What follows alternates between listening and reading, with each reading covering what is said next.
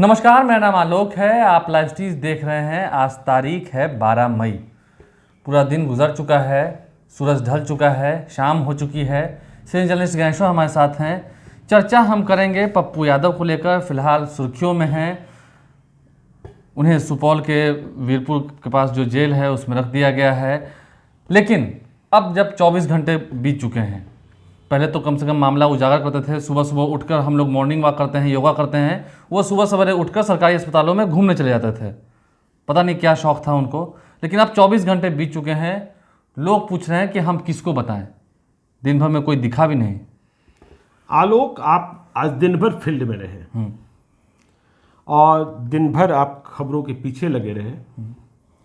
लेकिन ये सच है ना कि पप्पू यादव के जाने के बाद आज शहर में कोई भी ना अस्पतालों की स्थिति बयां करने वाला मिला, ना अस्पताल जाकर किसी के साथ संवेदनाएं शेयर करने वाला मिला, न किसी की मदद पहुंचाने वाला मिला, और न किसी के पास ऐसा कोई शख्स निकला जो उनकी बात सुनकर किसी सुपरिटेंडेंट को, किसी हॉस्पिटल वाले को फोन कर दें। तो पटना में जो लोग इस आस में रहते थे कि कोई नहीं सुनेगा, तो पप्पू यादव तो सुनेंगे। और पप्पू यादव बिना नाम बिना जात पूछे फोन भी कर दिया करते। नहीं, हम सुबह सुबह घूम रहे थे तो एक रिक्शे वाले ने हमें कह दिया कि का हो भैया, आज खाना वाला पैकेट तो ना आते, नेताजी तो चल थे जेल। तो ये बातें उसने मुझे कही है सुबह सुबह। देखिए, इंतजार में था खाने के। पैकेट की बात आप आ रहे हैं, तो जैसा हम पैकेट के पहले बात कर लेते हैं। जो सरकार चाहती थी कि जो वह कर रही है और जो कमजोरी है, करने वाला जो सरकार कर रही है उसे तो वह अपने प्लेटफॉर्म से बता देगी। लेकिन जो नहीं कर रही है और जो जरूरी है, जो पब्लिक को जानना चाहिए था, वह अब बताने वाला कोई नहीं है। कोई ऐसा नहीं है, किसी में इतनी हिम्मत नहीं है कि हॉस्पिटल चला जाए, स्मशान घाट चला जाए और बगैर इस बात के डरे कि मुझे क्या होगा, मुझे भी कोरोना पकड़ सकता है। मतलब आपने देखा कितने दिनों में पप्पू यादव हजारों लोग से मिले, 10,000 लोग से भी मिल सकते हैं, मिले होंगे। लेकिन कल जब थाने में टेस्ट हुई तो यही इस आदमी का विल पावर था कि नहीं, मैं सेवा करूंगा, मुझे कोविड नहीं होगा, और नहीं हुआ। कोविड रिपोर्ट जो है वो निगेटिव आई। तो आज आपको कहीं से भी यह तस्वीर नहीं दिखाई पड़ी कि हॉस्पिटल में कोई परेशानी भी है। तो अब यह मान लीजिए कि बिहार में सब कुछ ठीक है, बिल्कुल ठीक है। पब्लिक भले परेशान हो, देखिए पता ही नहीं चलेगा, परेशान है कि नहीं है, परेशान है कि नहीं है। तो अब मान लीजिए, तो कोई आपकी बात सुनने वाला अब नहीं है। रही बात, आपने बात करी खाने की। देखिए, पप्पू यादव ने किचन खुलवा लिया था अपने यहाँ। कई सारे खानसामे लगे हुए थे जो दिन रात खाना बना रहे थे, कारीगर थे, और हॉस्पिटल पहुंचाया जा रहा था। हमें खबर यह है कि सरकार ने बाकी जो और भी लोग हैं उन्हें भी कहा है कि हॉस्पिटल में खाना मत पहुंचाइए, क्योंकि सरकार चाहती है कि जो व्यवस्था उनकी है उन पर ही लोग आश्रित रहें, दूसरे किसी को मदद का अवसर ना प्राप्त हो। अब इस बात को समझिए, पप्पू यादव को तो आपने बंद कर दिया। चलिए, मेरा जो मरीज है वो पीएमसीएच में भर्ती है, मैं अटेंडेंट हूं, मेरे साथ एक और व्यक्ति है या मैं अकेला हूं।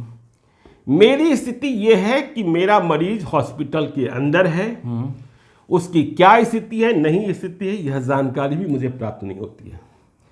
लेकिन मेरा पेट है, वो खाना मांगता है, हम कष्ट में हैं, लेकिन पानी पीना पड़ेगा और खाना खाने को जाना पड़ेगा। अब खाना तो वहां मिलने वाला नहीं है। क्या सरकार ने ऐसी कोई व्यवस्था कर दी कि पीएमसीएच, आईजीएमएस, एनएमसीएच में जो अटेंडेंट हैं, जो तीमारदार हैं, उनको भोजन वहीं मिल जाए? तो सरकार कहती है कि हमने कम्युनिटी किचन बना दिया, जहां सामुदायिक मतलब लोग जाकर खा सकते, भोजनालय। तो सोचिए, पीएमसीएच वाले को चलकर आना होगा बांकीपुर गर्ल्स स्कूल, नहीं तो मिलर जाइए। तो 12 से 1 और शाम में 6 से 7 इसी टाइम में आइए। तो हम अपने पेशेंट को छोड़ दें क्या उसे दवा की जरूरत होगी, क्या उसे और अन्य जरूरत होगी, और उस बीच में अगर इमरजेंसी आ गया तो कौन देखेगा? कौन देखेगा।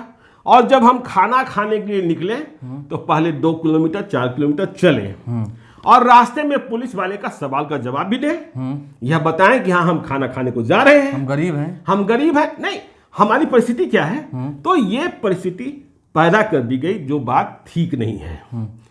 तीसरी बात आलोक जी, जिस बात पर गौर कीजिएगा, लोगों ने कहा कि पप्पू यादव ने क्यों कह दिया कि मैं जेल जा रहा हूं। तेजस्वी यादव जी आप देखते रहिएगा, देखिए बेशक तेजस्वी यादव बड़े नेता हैं, बेशक तेजस्वी यादव बड़ी पार्टी के नेता हैं, लेकिन इस बुरे वक्त में तेजस्वी यादव दिखाई नहीं पड़े।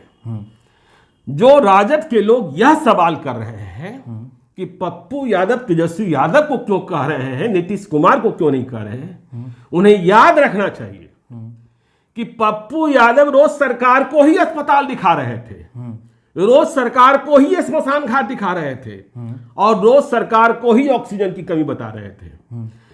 तो वे विपक्ष की भूमिका निभा रहे थे और जब वे चले गए तो और कौन आएगा सामने? क्या कांग्रेस के लोग अपने बिल से निकलेंगे? क्या तेजस्वी यादव अपने बिल से निकलेंगे? क्या दीपांकर भट्टाचार्य निकलेंगे? हालांकि माले के कुछ विधायक हैं, जैसा मैंने सुना और देखा भी आरा में, यहां पालीगंज के विधायक शानदार काम कर रहे हैं। आरा के विधायक के बारे में तो हमने यह जाना कि उन्होंने कई रात हॉस्पिटल में गुजारी है, हम उन्हें सलाम भी करते हैं। लेकिन पप्पू यादव की तरह क्या तेजस्वी यादव और राजद के दूसरे नेताओं को आज मोर्चा नहीं संभाल लेना चाहिए था? केवल ट्विटर पर ट्वीट कर देने से क्या बिहार की जनता की समस्या का समाधान हो जाता है? और जब आप ट्विटर पर ट्वीट करते हैं तो ललन सिंह जैसे प्रभावशाली लोग आपसे पूछते हैं आप हैं कहां, किस बिल से ट्वीट हाँ किस बिल से ट्वीट कर रहे हैं? अरे तेजस्वी जी आपकी उम्र भी कम है, आपका जनाधार भी ज्यादा है, आपके पास अवसर भी है, आप अपने को बिहार के भावी मुख्यमंत्री भी मानते हैं, तो आप निकलिए ना। जैसे पप्पू यादव जा रहे थे, पप्पू यादव की तो उम्र भी है, कई तरीके की बीमारियां भी हैं, ओवर वेटेड भी हैं, ठीक है ना। आप तो बिल्कुल नौजवान थे, आप ऐसी व्यवस्था बनाते कि आपका नुमाइंदा, आपका प्रतिनिधि, आपका संदेश वाहक अस्पताल में दिखता और बिहार सरकार को बदलाता। नहीं इतना तो कहीं सकते थे, इतना बड़ा कार्यालय है, सिर्फ कह देते हैं कि हाँ हम उसे दे देंगे, हम उस आप खुद व्यवस्था करवा सकते थे। नहीं नहीं, कार्यालय देने से काम नहीं चलता, कार्यालय देना एक अलग है, अलग बात है। लेकिन हॉस्पिटल में जिस कमजोरी की आप बात कर रहे हैं, आप प्रतिपक्ष का काम क्या है? सरकार को आईना दिखाना। आप आईना नहीं दिखा रहे हैं, आप सिर्फ ट्यूट ट्यूट ट्यूट ट्यूट यही कर रहे हैं। तो इससे बिहार की जनता को सहूलियत नहीं मिलने वाली है। और यह बात सही है कि आज पप्पू यादव की कमी पटना शहर को खली है, क्योंकि पटना शहर में जो कोरोना से परेशान लोग हैं उनकी बात सुनने वाला परसों तक, मतलब 10 मई तक था, रात के 2 बजे भी और सुबह के 5 बजे भी। लेकिन आज कोई नहीं है। सत्ता पक्ष के लोग तो सुनेंगे नहीं, वे तो बस कह देते हैं कि मैंने ये व्यवस्था कर दी है, सारी व्यवस्था हो चुकी है। प्रतिपक्ष का काम था सच खोलना। तो ये मोर्चा अभी भी समय है, तेजस्वी यादव संभाले, कांग्रेस के लोग संभाले, माले के लोग संभाले, यह मौका है। चलिए, कुल मिलाकर कहीं ना कहीं जो कमियां दिख रही थी उन कमियों का उजागर भी किया है। संजय गणेशो हमारे साथ थे, इस चर्चा में हम बने हुए थे। लेकिन अंतिम सवाल एक और पैदा होता है, छोटा सा ही सवाल हम लेंगे कि जिस तरीके से कमियों को उजागर करने की आप बात कर रहे हैं, आपको नहीं लगता है कि जो हालात बिगड़ते जा रहे हैं, हालांकि अब सरकार को कहा जा रहा है कि स्वास्थ्य मरीज ठीक हो रहे हैं, आने वाले समय में दिक्कतें और होने वाली हैं, क्योंकि बिल्कुल होने वाली है। जीवन रक्षक दवाएं कहा गया था कि आई हैं, लेकिन कब बटेंगी, कैसे बटेंगी, अब तक कुछ उजागर ही नहीं। तो फिर वही बात है ना कि सरकार के दावे को यदि आपको खंडित करना था और यह बतलाना था कि पब्लिक परेशान है और आपके दावे में सत्यता नहीं है, तो जो प्रतिपक्ष है उन्हें सड़क पर होना चाहिए था, उन्हें लोगों के साथ खड़े होना चाहिए था। देखिए, कुल मिलाकर विपक्ष का काम ही होता है सरकार की नाकामियों को उजागर करना। सोशल मीडिया हैंडल पर आप उजागर कर रहे हैं, सही बात है, लेकिन लोग आपसे मदद की उम्मीद रखते हैं। आप अगर खुद एफर्ट लगाएंगे तो आपके पास 75 विधायक हैं, कांग्रेस के पास भी 19 विधायक हैं, माले के पास भी कह सकें तो 12 से अधिक विधायक हैं। तो वो सभी मिलकर खूब अच्छे से लोगों की सेवा भी कर सकते हैं और सरकार की जो पोल पट्टी है वो भी खोल सकते हैं। लेकिन फिलहाल अभी तक ऐसा कुछ होता हुआ दिख नहीं रहा है। पप्पू यादव तो खैर चले गए, उन्हें उनका इनाम मिल गया। आगे क्या होता है देखने वाली बात है। हमारे चैनल को सब्सक्राइब कर लें, साथ साथ फेसबुक पेज भी लाइक करें। धन्यवाद।